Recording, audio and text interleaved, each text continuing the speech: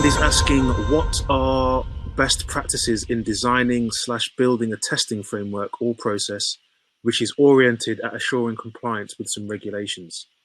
And he says, in terms of adaptability and valuable reporting. Yes, I think I partially answered this question. So when you design a test framework, you need to think about all the potential patterns and behaviors. It is very important, but I guess this is also important for any kind of app. We need to think about some security tests that we can also automate in the framework. So this is something that we should address. Reporting is something that will just make our life easier. So if we have automated reporting that will be a sufficient documentation, that's also a very good practice. So in general, one of the attributes that are part of the practice is to design any kind of automation framework or delivery pipeline is traceability. So to be able always to see in which point of time what happened and where.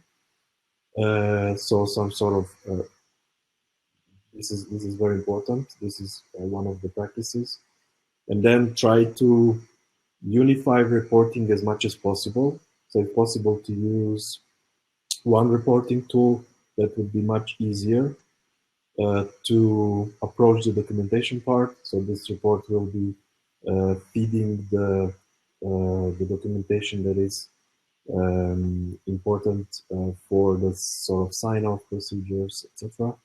So if we are using similar way of reporting, that helps a lot. It minimize the number of questions that can be asked afterwards. And then how to deal with test data. So how to generate the proper and valuable data and reliable data.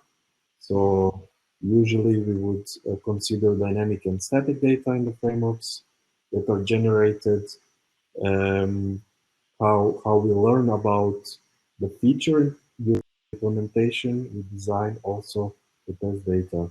So that's again coming back to the way of working. Automation is part of the implementation, so it doesn't come afterwards. It comes at the same time, so this can bring value immediately.